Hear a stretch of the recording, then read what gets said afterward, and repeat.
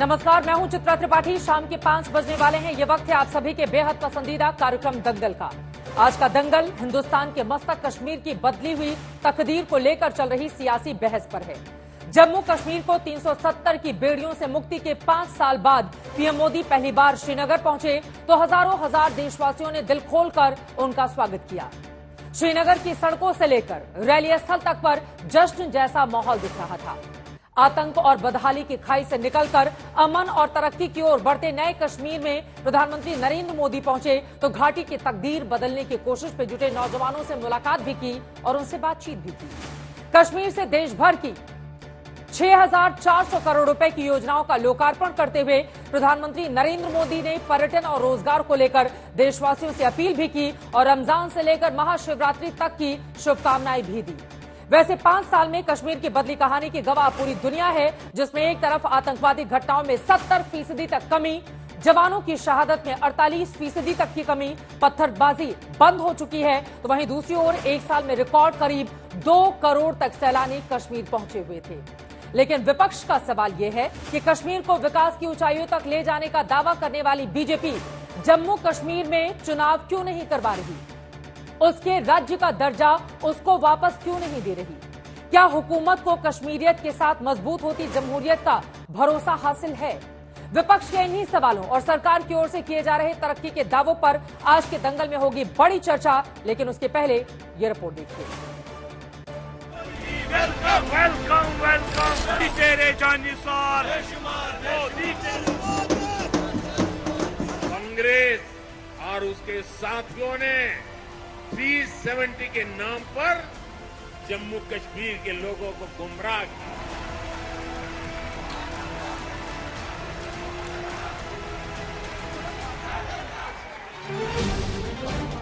5 साल बाद पीएम मोदी कश्मीर पहुंचे तो हिंद के जन्नत में जश्न का माहौल था।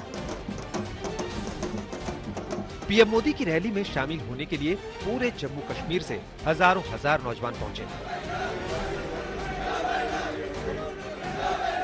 सड़क से लेकर बख्शी स्टेडियम तक पीएम मोदी के समर्थन में नारे गूंज रहे थे।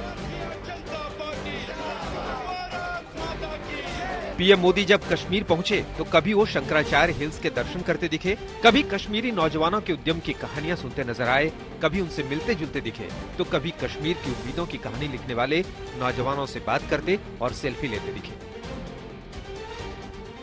श्रीनगर के बख्शी स्टेडियम में पीएम को सुनने इतनी संख्या में लोग आए थे कि 60,000 से ज्यादा कुर्सियां लगाई गई थी, फिर भी लोग खड़े थे। बाकी लोगों को हम स्थान नहीं दे पा रहे हैं, इसके लिए हम उनसे क्षमा चाहते हैं।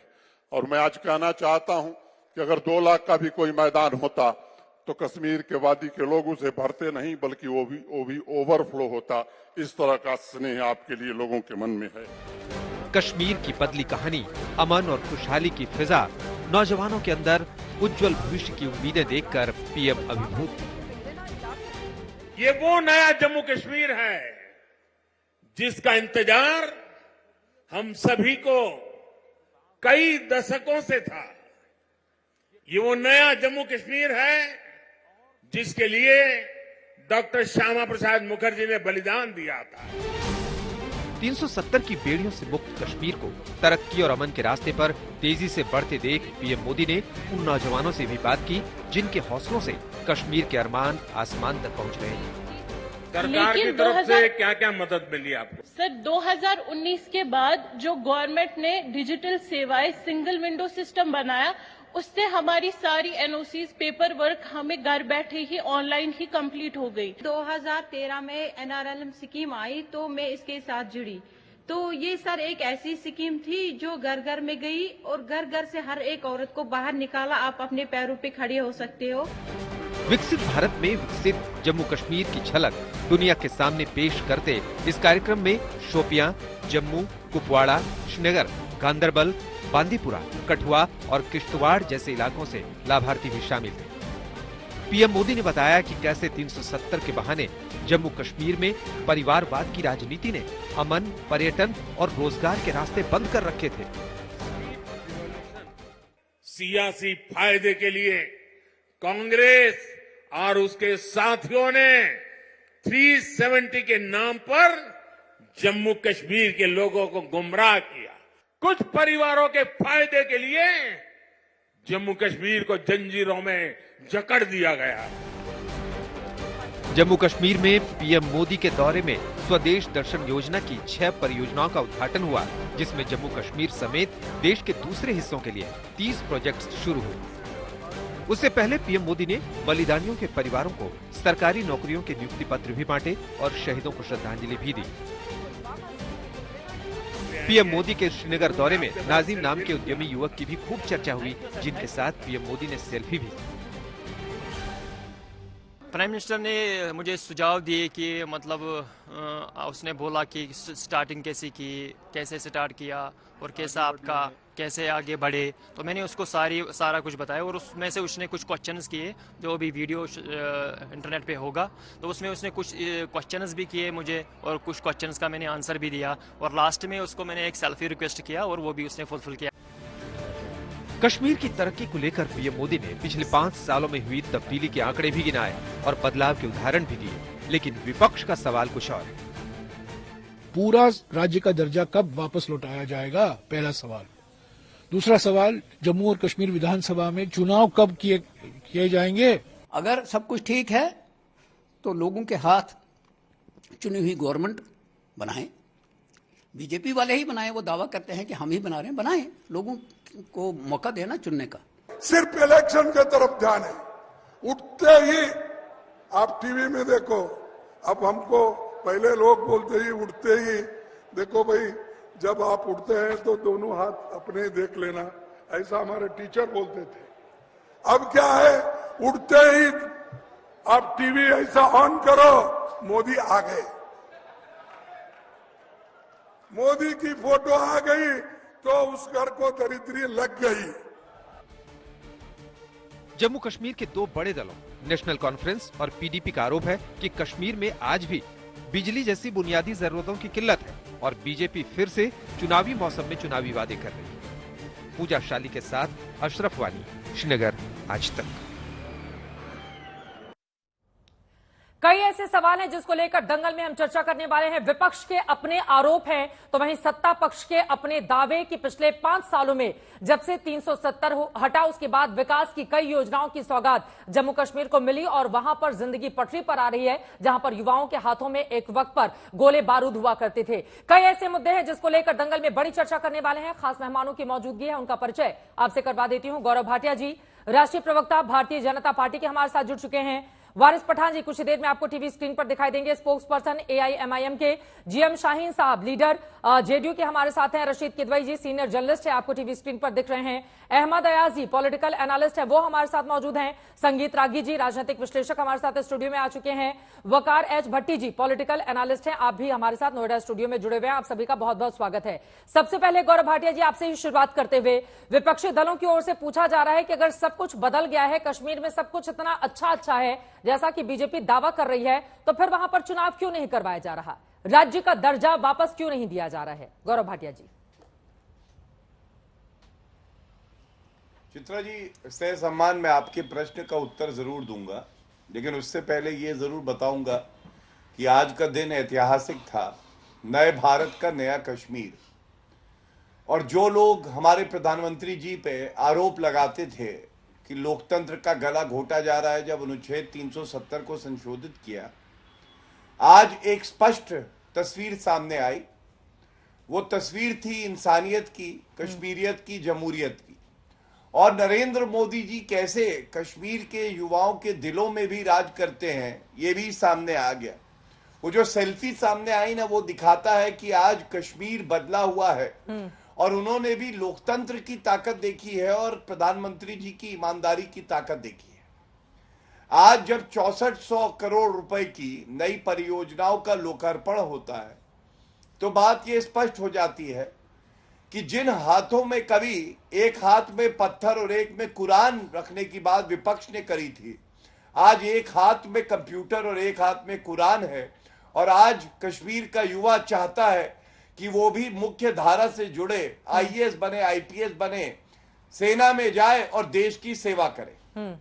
अब जो सवाल आपने पूछा चित्रा जी, मैं उस पर उत्तर दे देता हूं। देखिए, विपक्ष जो है, चाहे वो नेशनल कॉन्फ्रेंस हो, पीडीपी हो या कांग्रेस पार्टी हो, ये लोग आज नफरत के मोतियाबिंद नहीं मोदियाबिंद से ग्रसित है, क्योंकि सर्वोच्च न्यायालय की संवैधानिक पीठ का जो जजमेंट आया है, वो कहता है कि 30 सितंबर 2024 तक चुनाव जो है कश्मीर में करा दीजिए, और जो तैयारी थी वो तैयारी जोरों शोरों से चल रही है। अब आप मुझे बताइए, अनुच्छेद 370 हटा नहीं पाओगे, हटा के दिखाओ। हटा दिया, ये वापस नहीं ला पाएंगे। आज आपके चैनल की चुनौती दे रहा हूं। दूसरी बात, इन्होंने कहा असंवैधानिक है, सर्वोच्च न्यायालय की संवैधानिक पीठ ने उसे संवैधानिक करार किया जी। अब तीसरी बात चुनाव की करने लगे, गोल पोस्ट के साथ भाग रहे हैं। ठीक है, तो सर्वोच्च न्यायालय ने सारी परिस्थितियों को ध्यान में रखते 30 सितंबर 2024 की तारीख तय करी है, उससे पहले चुनाव हो जाएंगे। तो लेकिन ये दर्द कैसा है, क्या ये जो पाकिस्तान से किस्त आती है, इनके जो आरोप है, कोर्ट के निर्देश पर आखिर क्यों चुनाव कराने की तारीख कोर्ट क्यों दे? अगर वहां पे सब कुछ सही है तो फिर खुद से करवा लेना चाहिए वहां पर, और लोकसभा के चुनाव होने ही जा रहे हैं, इसी के साथ करवा लीजिए। चित्रा जी धन्यवाद, आपने ये मुझसे पूछा। जब आपको पता है डीलिमिटेशन एक्सरसाइज हुई तो उसके बाद सीटों में भी परिवर्तन आया, और वो एक प्रक्रिया है जो संविधान के तहत हुई। आप चुनाव जो है उस प्रक्रिया को पूरा किए बिना नहीं करा सकते थे, और मैं समझता हूं सबसे बड़ा प्रश्न जो था, जो इन लोगों ने याचिका लगा के कहा कि ये गैर संवैधानिक है। ठीक है, अब आप मुझे बताइए, अगर गैर संवैधानिक फैसला आता मान लीजिए, तो फिर चुनाव का क्या अर्थ रह जाता? इसलिए उसका इंतजार किया गया, उस समय का सदुपयोग किया गया, परसिमन कराया गया, और अब जो तिथि करी गई है तय सर्वोच्च न्यायालय द्वारा, उसी तिथि से पहले हो जाएगा। अब इसमें दर्द कैसा है? और अंत करूंगा एक बात कह के, जिस लाल चौक पर व्यक्ति जा नहीं सकता था कांग्रेस शासन में, वहां आज तिरंगा लहराता है, और राहुल गांधी और प्रियंका वाड्रा बर्फ के गोलों से खेल रहे थे, जहां कभी बॉम्ब और हथगोले फटते थे। ठीक है, कुछ तो फर्क आया है, ये कम से कम विपक्षी पार्टियों को भी मानना बाकी लोगों से मैं जवाब दूंगी, लेकिन उसके पहले वारिस पठान जी आपके पास आते हुए, आज तो बड़ी तादाद में जिन 2 लाख लोगों के श्रीनगर स्टेडियम या आसपास के हिस्से में पहुंचने का दावा बीजेपी की ओर से किया जा रहा है, ज्यादातर मुस्लिम चेहरे थे, ज्यादातर उसमें श्रीनगर के आसपास के लोग थे। तो आप लोग हमेशा ये कहते रहे कि नहीं मुसलमानों से नफरत करती है, मुसलमान साथ नहीं देता, उनके साथ भेदभाव किया जाता है। आज तो मुस्लिम ही बढ़ चढ़कर प्रधानमंत्री नरेंद्र मोदी को उनके विकास कार्यों को सुनने के लिए पहुंचे हुए थे। वारिस पठान जी देखिए चित्रा जी, आपके आंकड़े के हिसाब से अगर इतने सारे लोग पहुंचे हैं तो पहुंचे होंगे, सुनने में और मोदी का साथ देने में बहुत फर्क है। लेकिन हम तो पहले से बोल रहे, और मुझे आज भी इस वक्त तक यकीन है कि जो मुसलमान है वो बीजेपी को कभी वोट नहीं देगा। आप देखिए 10 साल में मोदी जी ने क्या किया मुसलमानों के लिए। ट्रिपल तलाक का इशू आया था, उस वक्त कहा था कि मोदी जी ने मुसलमान औरतें मेरी बहन है, उसी बहन को जब हिजाब पहन के पढ़ने जाना था तो मोदी जी ने रोक दिया। वही बहन बिल्किस बानो गुजरात में जिसका बलात्कार हुआ था, जिसकी मां बहन का बलात्कार करके मार दिया गया था, जिसकी बेटी का सर फोड़ के मार दिया गया था, उनके बलात्कारियों को मोदी की सरकार जो गुजरात में थी उन्होंने रेमिशन देकर छोड़ दिया था। तो वहीं पर हम ये बता रहे हैं कि मोदी की कथनी और करनी में जमीन आसमान का फर्क है। मोदी राज में मुसलमानों के घरों को बिना नोटिस दिए बुलडोजर से उड़ा दिया जा रहा है, तो क्यों मुसलमान वोट देगा? मोदी राज में मदरसों को हमारे बिना नोटिस दिए अवैध निर्माण बता के उड़ा दिया जाता है, तो क्यों मोदी को वोट देगा? रेट माइनर जिसने 41 वर्करों की जान बचाई, वकील हसन, उस जैसे इंसान का उसकी बीवी बच्चों के सामने बिना नोटिस दिए घर को बुलडोजर से उड़ा दिया जाता है, तो क्या संदेश जाता है? और आजादी के बाद से लेकर अब तक चित्रा जी मैं आपको बताऊं, पहली मर्तबा ऐसा हुआ है कि मोदी के कैबिनेट में एक भी मुसलमान मंत्री नहीं है। तो जब पॉलिटिकल एम्पावरमेंट आप नहीं करोगे, और मैं पूछना चाहूंगा कि आने वाले चुनाव के अंदर गौरव जी जवाब देंगे, लेकिन उसके पहले ये ढोल बजाते हुए मुस्लिम चेहरे ही तो पहुंच रहे थे, वो तस्वीरें भी जरा दिखाइए। ये जो बदला हुआ कश्मीर है, इस पर भी मैं चाहूंगी वारिस जी ने आपने अहम मुद्दे उठाए हैं, उसका जवाब देंगे गौरव भाटिया, लेकिन यहां पर ढोल बजाकर नारे लगाते हुए ये कश्मीरी ही हैं तो जो पहुंच रहे हैं प्रधानमंत्री नरेंद्र मोदी को सुनने के लिए आज दोपहर में।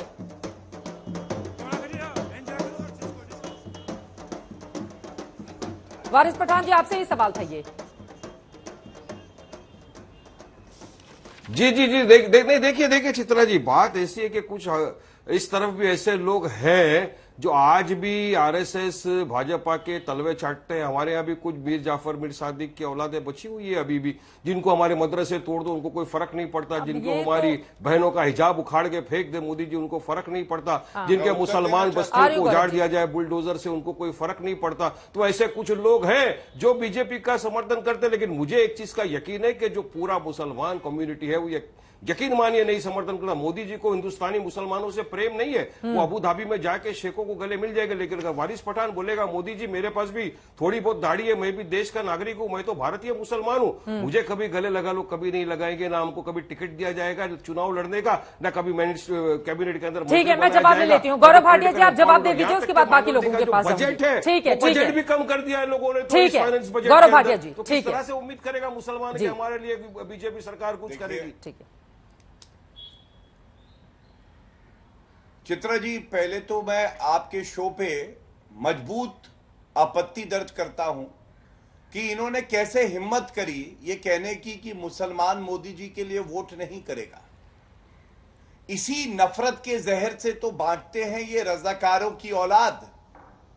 और जो व्यक्ति उसकी वेशभूषा पे जाके ये कहते हैं, ये गौरव जी थोड़ा सा व्यक्तिगत टिप्पणी से हम बचेंगे, ठीक है, मुद्दे पर रहते हैं। नहीं, हाँ बोलिए, अपनी बात को आगे बढ़ाइए। मैं मुद्दे पे ही हूं। चित्रा जी आप ये बताइए, अगर मुसलमान भाई है हमारा और वो मोदी जी के लिए वोट करना चाहता है या वो तिरंगा उठाता है, किसी की हिम्मत होनी चाहिए कि नेशनल टीवी पे आके उसे मीर जाफर बुलाए? आप मुझे बताइए, मैं क्यों नहीं आपत्ति दर्ज करूंगा? जितनी दमखम है उससे आपत्ति इसलिए दर्ज करूंगा, जिनको ये मीर जाफर की औलाद बुला रहे हैं ये खुद रजाकार की औलाद है। और मुझे तो इन सारे भाइयों में इनका धर्म नहीं, अब्दुल हमीद और अब्दुल कलाम साहब दिखाई दे रहे हैं, जो अपने वतन से मोहब्बत करते थे और अपने धर्म से ऊपर भी कुछ रखते थे तो वो तिरंगा रखते थे। अब इसमें क्या गलत बात है? दूसरी बात देखिए, हमें आज ये समझना होगा कि मुस्लिम बहनें भी जो हैं वो नरेंद्र मोदी जी को अपना भाई मानती हैं, ना कि असदुद्दीन ओवैसी को। और वजह क्या है? ट्रिपल तलाक जो एक अपराध बनाया वो नरेंद्र मोदी जी ने बनाया, जबकि मुस्लिमीन शब्द जो है वो इनकी पार्टी के नाम में आता है। तो असली भाई कौन हुआ? नरेंद्र मोदी जी, ना कि ये तुष्टीकरण करने वाले। और मैं एक बात आपको और बता दूं, ट्रिपल तलाक को अपराध बनाया 4 करोड़ ऐसे मुस्लिम युवा हैं जिनको 5 साल में हमने स्कॉलरशिप दी।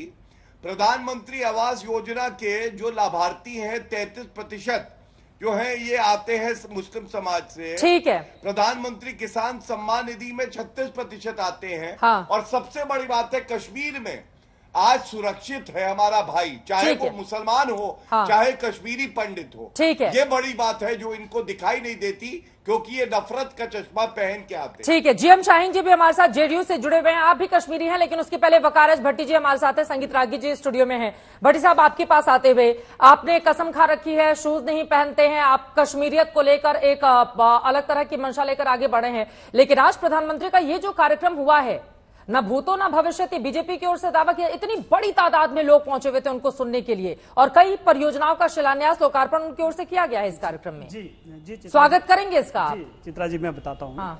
जहां तक कश्मीर के अंदर आज ये बताया जा रहा है कि लाखों लोग कश्मीर में मोदी जी को सुनने आए हैं, पहले तो यही झूठ है, क्योंकि स्टेडियम में 20-25 हजार से ज्यादा कैपेसिटी नहीं, तो लाखों लोग कहां बैठेंगे, पहला पॉइंट। दूसरा पॉइंट ये है कि सरकार ने 35,000 की कैपेसिटी है, 25,000 अतिरिक्त कुर्सियां लगाई गई थी, बाहर भी बहुत लोगों की मौजूदगी थी, ये तो खुद मंच से ही ये बातें कही गई हैं। मान लिया जाए 50,000 है, 60,000 है, वो 60,000 वो लोग हैं जिसमें डेली विजर जो हमारे हैं हड़तालों पे बैठे हुए 5 साल से, उनको ये बोला गया कि आप आओ, मोदी जी आ रहे हैं, उनको एडवाइजरी निकाली गई कि आपके लिए कोई बेनिफिट्स हो सकता है, शायद आपको परमानेंट किया जा सकता है, मोदी साहब खुद ऐलान करेंगे। एक तो वो लोगों को बुलाया गया, 1000 लोगों को इस तरह से आपको लग रहा है कि लालच में आ जाएंगे, कैसी बातें कर रहे हैं भट्टी साहब? मैं बताता हूं, गवर्नमेंट की एडवाइजरी है, स्कूल के बच्चों के एग्जाम लेट कर दिए थे और तमाम मुलाजमों को एडवाइस दी गई थी, एजुकेशन में, आंगनबाड़ी, डेली विजिट, तब तमाम लोगों को गाड़ियों में भर भर कर लाया गया। आप ट्विटर पे जाइए, वीडियो वायरल हो रही है, जबरदस्ती जबरदस्ती नहीं, उनको बोला गया सोशल मीडिया के जमाने में आपको लग रहा है कि इस तरह का जबरदस्ती किसी से किया जा सकता है क्या भट्टी साहब?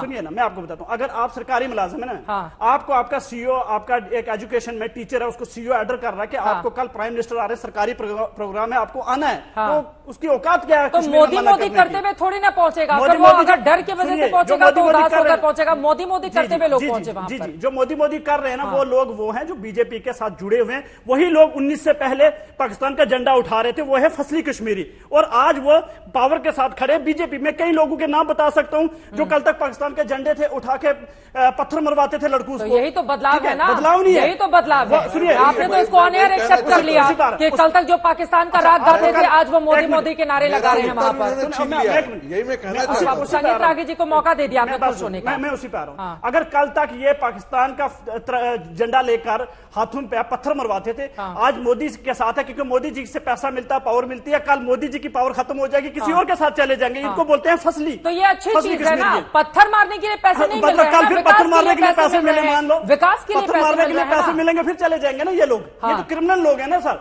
इनको तो जेलों में होना चाहिए। ऐसी बातें, मतलब वहां पर इतनी बड़ी तादाद में लोग मौजूद थे और आप उन कश्मीरी लोगों को क्या, मतलब मेरी सख्त आपत्ति है वकारेज भट्टी जी इन शब्दों से। अब फसली कश्मीरियों की बात कर रहा हूँ, फसली कश्मीरी, इतनी बड़ी तादाद में फसली कश्मीरी आपने बोला क्या था 370? चित्रा जी आपको याद दिला देता हूं, मैं भी उस टाइम डिबेट पर यही था। अमित शाह साहब ने बोला था कि हम 370 खत्म कर रहे हैं, दो खानदानी जो राज चल रहे हैं वह अब्दुल्ला और मुफ्ती, इन लोगों ने कश्मीर को बर्बाद किया है। आज ये फिर भी अब्दुल्ला और मुफ्ती तमाम पॉलिटिकल एक्टिविटी में शामिल हैं, लेकिन हमारे आम नौजवान बच्चे जो 10,000 से ज्यादा लोग जेलों में है पीएसए कानून के मुताबिक, उनको क्यों नहीं रिहा कर रहे? मौका दीजिए, मैंने शूज उतार के रखे हैं उनके जस्टिस के लिए। पीएसए और ब्लैक लॉ क्यों नहीं खत्म कर रहे जब आप 370 खत्म कर चुके हो? और जोरी पुंछ के अंदर 50 से ज्यादा सेना के जवान मारे गए जो 20 साल के पहले कोई बुलेट भी नहीं चला 370 के पहले। ये तमाम चीजें कश्मीर में हो रही है ना जनाब। फ्रीडम ऑफ स्पीच का मर्डर कर रहे हो, जो जर्नलिस्ट आपके खिलाफ लिखता है उसको ऊपर पीएसए लगा देते हो। नेशनल टीवी डिबेटर अगर कोई यहाँ टीवी में आकर बात करता है उसको देखिए। माजद, मैं अभी नाम एक ले लेता हूं। जीएम शाहीन जी कश्मीरी हैं, अभी आपके सवाल का जवाब मैं उनसे लूंगी, लेकिन संगीत रागी जी हाथ उठा रहे हैं बहुत देर से। माजद खादरी साहब आ रही हूं। सुनिए, माजद खादरी इसी जगह डिबेट किया करता था हमारा दोस्त टीवी डिबेटर, उसको पीएसए लगाकर जेल में नहीं रखा हुआ, क्यों रखा हुआ? पूछ लेती हूँ मैं, बताइए संगीत रागी क्यों रखा हुआ? बोलिए। देखिए पीएसए एक्ट जो था वो ऐसे ही आतंकवादियों और पत्थरबाजों को कंटेन करने के लिए लाया गया। वो तो शेख अब्दुल्ला ने लाया था। पहले देखिए लाया किसने था? मैं मानता हूं शेख अब्दुल्ला को उधर गालियां देते हो, उधर से उनके कानून की तारीफ करते हो। अरे तो सुनो तो सही भाई, मजे की बात है। ये तो 70 के दशक से था, बाद में इसको 2011 में इसको रिफ्रेम किया गया और उसके कारण बहुत वहां पर कंटेन करने में मदद मिली है। अच्छा, तो फायदे में उसको रखोगे प्लीज आपको मैंने सुना है, धैर्य रखिए। देखिए पीएसए एक्ट जो है उसके कारण पत्थरबाजियों और आतंकवादियों को वहां पर कंटेन करने में भारत सरकार को सुविधा मिली है। पॉलिटिकल लोगों पर इस्तेमाल हो रहा है। नहीं पहले भी हो रहा था, आज भी हो रहा है। अरे भाई पहले भी हो रहा था, आज भी हो रहा है। वो पत्थरबाज कहाँ गया आप बताइए ना, क्यों नहीं पत्थरबाजी हो रही है? वही बातें तो आप वो बता रहे हैं। बीजेपी में सब बीजेपी में, तो बीजेपी में है पत्थरबाजी बंद हो गई, आप ये कह रहे हैं? बीजेपी में आकर पत्थरबाजी बंद करें तो आपको तो स्वागत करना चाहिए। देखिए ना, वीडियो वायरल हो रही है, बिरयानी कम दी है, पैसे कम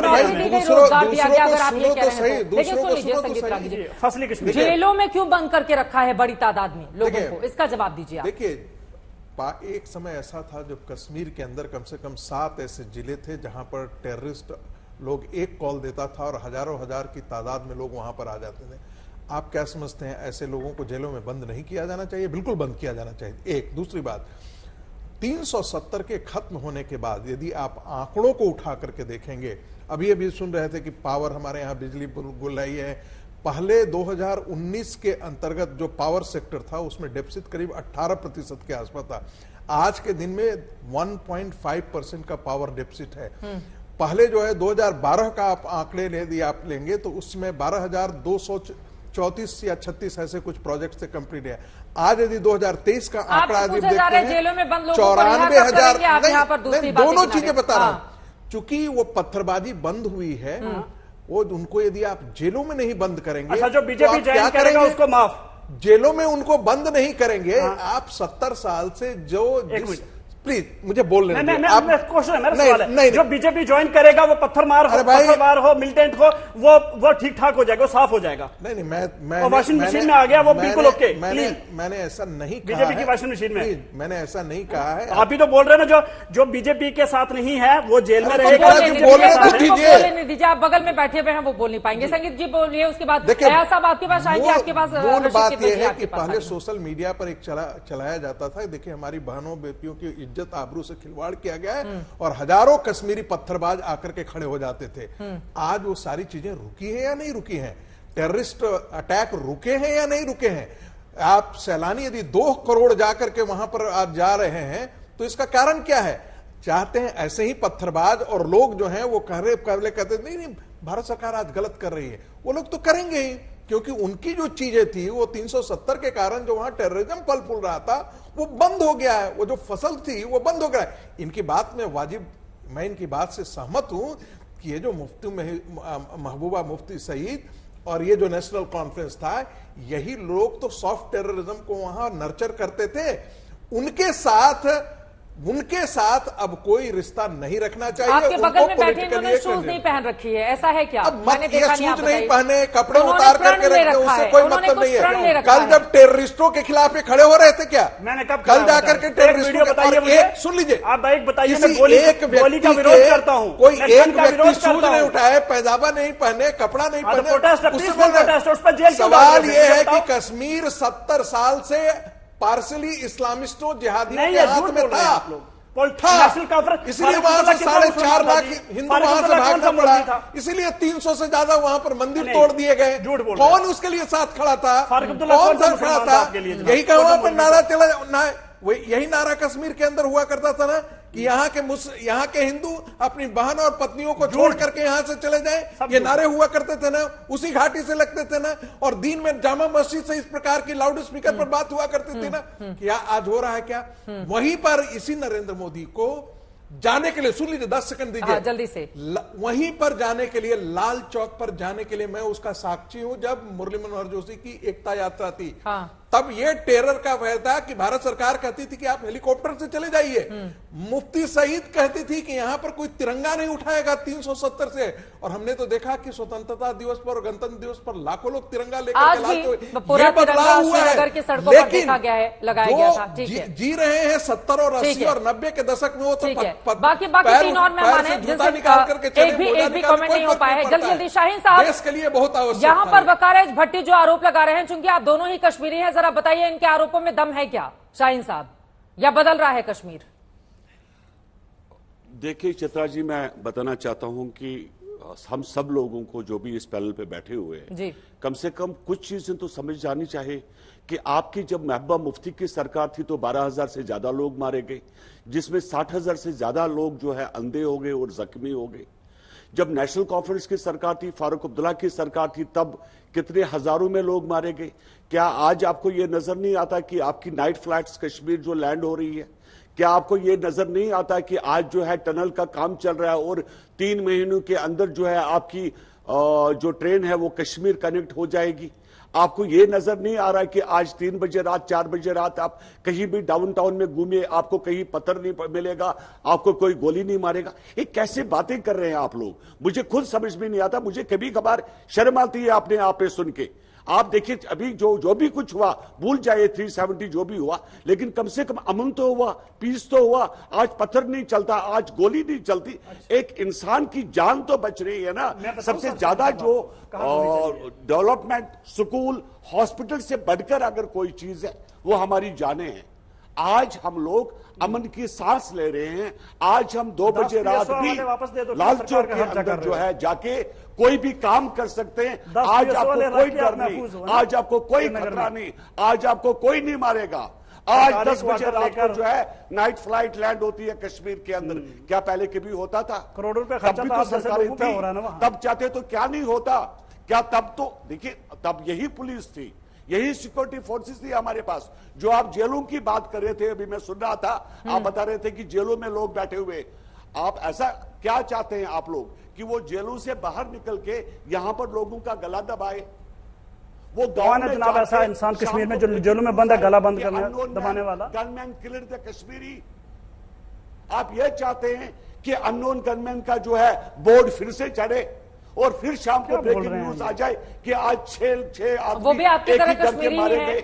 सर तो दोनों के अलग ये गठबंधन में है ना बीजेपी के साथ, बीजेपी के साथ गठबंधन में है ना, ये बीजेपी की पॉलिसी शांति तो है ना, इस बात से कैसे आप इनकार कर सकते हैं? आप बोले तो पूरी तरह से सच, वो बोले हम लोगों ने कश्मीर को जलते हुए देखा है। सर हम लोग खुद इसके गवाह रहे हैं ना। एक वक्त पर जब हम लोग एंकरिंग किया करते थे, सुबह सुबह 9 बजे खबरें आती थी, सुबह सुबह 9 बजे खबरें आती थी, जब ये कहा जाता था पत्थरबाजी हुई, पाकिस्तान का झंडा फहराया गया, लाल चौक पर ये हुआ, लाल चौक पर वो हुआ, हम ही लोगों ने खबरें पढ़ी हैं। और आज जब हम इस तरह की तस्वीर देखते हैं, युवा सीधा संवाद करते हैं वहां पर, तो ये बदले हुए कश्मीर की कहानी ऐसे कैसे आप आंख बंद कर सकते हैं? मैं कह रहा हूं आपस के हम ही लोगों ने खबरें पढ़ी हैं सर। लाल चौक पर जाकर वहां पर रिपोर्टिंग करना हमारे लिए कितना मुश्किल था, ये बताने की जरूरत नहीं है। आज खुलेआम वहां पर आप रिपोर्टिंग करिए, 15 अगस्त को, 26 जनवरी को, किसी भी दिन जाइए, सुरक्षा वहां पर है, लेकिन कम से कम जो डर और दहशत का माहौल हुआ करता था वो खत्म हुआ है।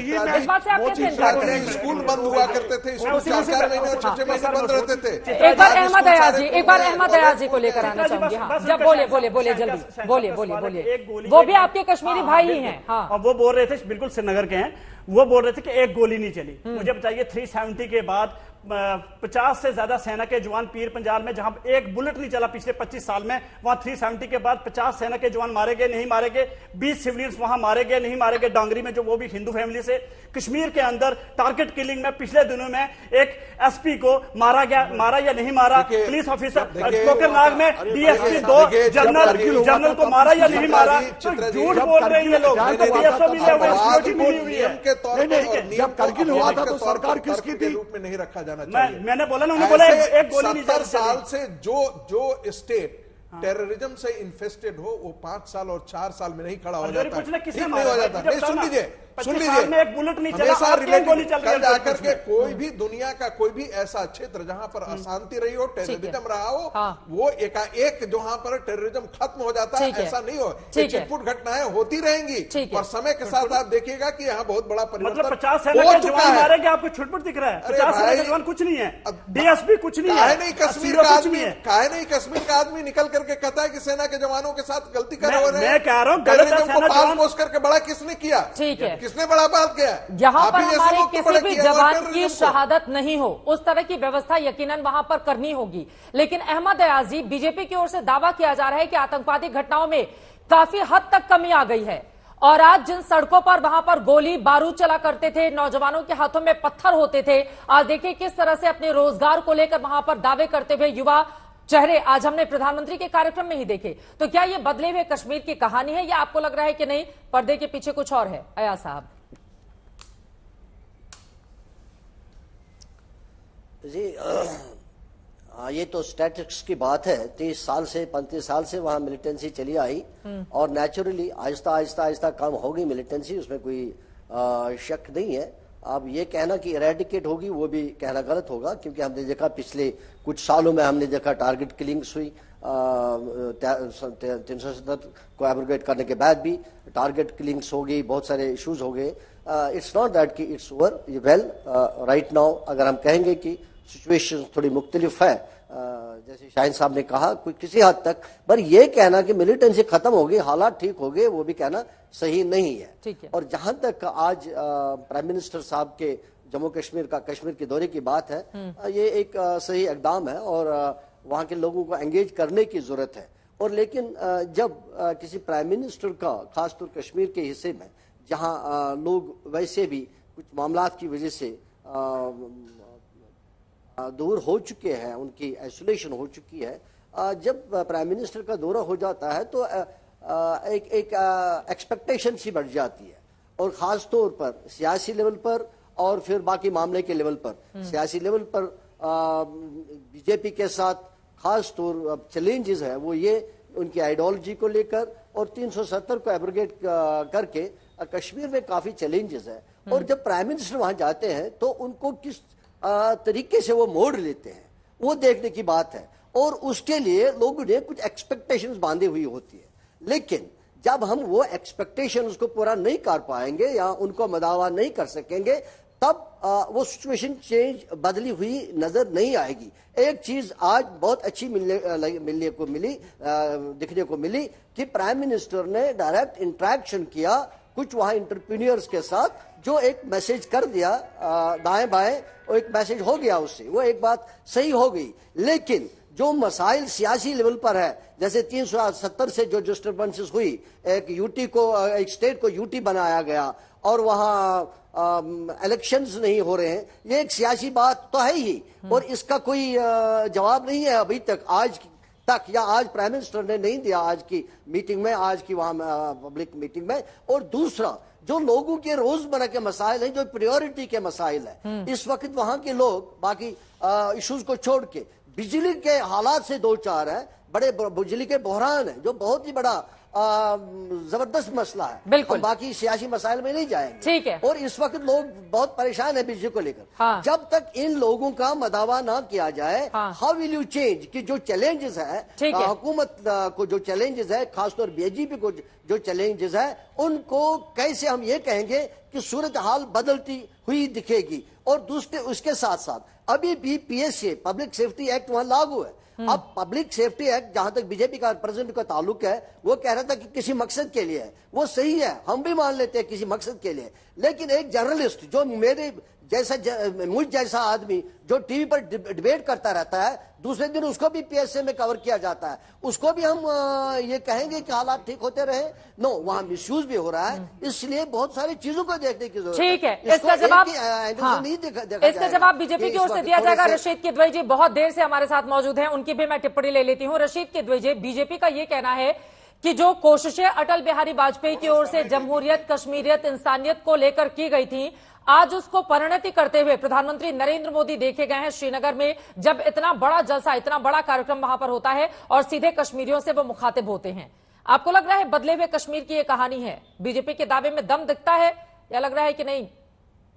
जी चित्रा जी, देखिए, प्रधानमंत्री का कश्मीर जाना और इस तरह का संबोधन करना बहुत स्वागत योग्य है। मैं भी इधर फिलहाल कई बार कश्मीर जा चुका हूं और वहां बड़ा बदलाव आया है। लेकिन वो बदलाव हमें, देखिए चित्रा जी, पूरे देश में लोकतंत्र है और कश्मीर देश का अभिन्न अंग है, तो वहां के ऊपर भी वो राजनीतिक प्रक्रिया फौरन शुरू होनी चाहिए। कोर्ट कचहरी का परिसमन के ये बहानेबाजी है, तो वहां के ऊपर जब तक लोकतंत्र पूरी तरीके से जैसा मैं कह रहा हूँ राज्यों में हो रहा है, उसी तरीके से कश्मीर में भी होना चाहिए। दूसरी बात, जो हमारे राजनीतिक प्रतिनिधि थे, उन्होंने, मुझे बड़ा आदर के साथ मैं कह रहा हूँ, लेकिन उन्होंने बहुत ही गैर जिम्मेदाराना बयान दिए हैं। देखिए, जो राजनीतिक दल वहां चुनाव लड़ते आए चित्रा जी, भारत के संविधान के हिसाब से उसकी कस्में खाई हैं और उसके ऊपर उन्होंने वहां शासन किया है और भाजपा का उनको समर्थन मिला है। चाहे वो मुफ्ती मोहम्मद शहीद जब देश के गृह मंत्री थे, तब भी भाजपा जो थी समर्थन कर रही थी विश्वनाथ प्रताप सिंह की सरकार को। चाहे वो जगमोहन जी का कार्यकाल हो, जिसको बाद में भाजपा ने मंत्री बनाया, और उसके बाद चाहे वो नेशनल कॉन्फ्रेंस हो या पीडीपी हो, हजार पॉलिटिकल वर्कर जो है चित्रा जी, वो मारे जा चुके हैं,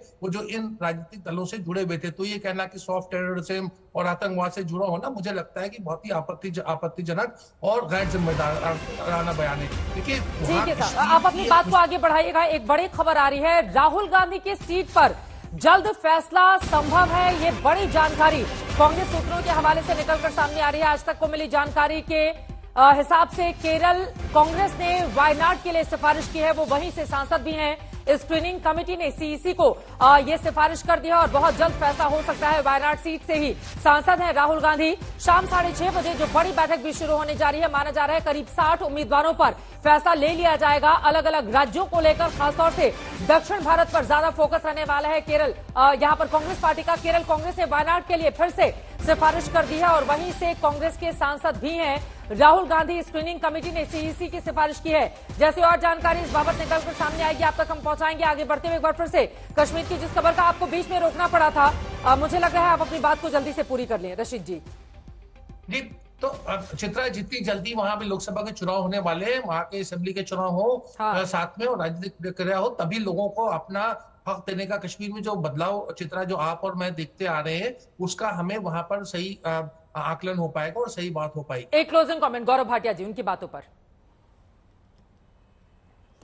देखिए, बातें तो कहने के लिए बहुत कुछ है। मैं कहूंगा, देखिए कश्मीर कैसे बदला है। G20 सम्मेलन हुआ, भारत को गर्व है, कश्मीर में भी बैठक हुई, ये हमारे लिए गर्व की बात थी। मजबूत सरकार है, तो बैन लगाया जमाते इस्लामी पे, पहले 5 साल, फिर 5 साल दोबारा। तीसरी बात, वाल्मीकि समाज जो था, अनुच्छेद 370 जब हटा, सारे कानून लागू हुए, उनको उनका अधिकार मिल रहा है, ये बड़ी बात है। चौथा, 2023 में चित्रा जी 2 करोड़ टूरिस्ट जो है कश्मीर गए, ये बहुत बड़ी बात है। ये दिखाता है कैसे माहौल बेहतर हुआ। लेकिन एक आपत्ति दर्ज करता हूं, यहां जो व्यक्ति राजनीतिक विश्लेषक के तौर पे बैठा है, ये एक अभियुक्त है। अभियुक्त क्या है? इस पे राजद्रोह का मुकदमा चल रहा है और इसने जो लश्कर तैयबा का कमांडर था उसकी तारीफ करी और समर्थन किया और गिरफ्तार हुआ। मैं केवल डिसमिस कोर्ट से बड़े नहीं, अब सेशन कोर्ट जम्मू ने उस केस को डिस्चार्ज कर दिया। मिस्टर गौरव, आपको माफी मांगनी पड़ेगी। सेशन कोर्ट जम्मू ने डिस्चार्ज कर दिया उस केस को। डिस्चार्ज का मतलब जानते हो? उसको और ये जो शिवलिंग के लिए में डाल दिया, इस पे माफी मांगोगे? किस पे? सुनिए, शिवलिंग क्या है? ये इसको भी डिस्चार्ज कर दिया, शिवलिंग केस का भी डिस्चार्ज कर दिया। वाले व्यक्ति हो तो इसको भी कर दिया। ये ट्वीट क्या है? शिवलिंग के लिए बकवास करोगे? फेक ट्वीट मेरे पे ऐसा सबक सिखाएंगे कानूनी तौर पे, अपनी औकात समझ में आ जाएगी। आप भी आप अपनी औकात में रहे ना बोले, इनकी 2 कौड़ी की हैसियत है। वो बात नहीं करना चाहता। भारत विरोधी बातें करते हैं, इनकी 2 कौड़ी की हैसियत है। अब डिस्चार्ज हो गया। अगर मेरे से डरते हैं, ठीक है। वक्त हमें इतने की ही इजाजत देता है। कौन किससे डरता है और जमहूरियत में जनता का फैसला क्या आता है निकलकर सामने, इस पर लगातार हमारी नजर बनी रहेगी। लेकिन यकीनन आज जिस तरह का बड़ा कार्यक्रम श्रीनगर में हुआ है वो अपने आप में अभूतपूर्व रहा, जिसको भारतीय जनता पार्टी लेकर आगे बढ़ रही है। लेकिन क्या लोकतंत्र में चुनाव की तारीख भी उसी की तरह जल्द ही वहां पर घोषित कर दी जाएगी, इस पर रहेगी हमारी नजर। लेकिन कुल मिलाकर बदले हुए कश्मीर की कहानी आज हमने वहां के अलग अलग हिस्सों की जुबानी देखी, समझी और महसूस की है। इसी के साथ दंगल में अभी के लिए बस इतना ही। देश और दुनिया की तमाम खबरों के लिए आप देखते रहिए आज तक।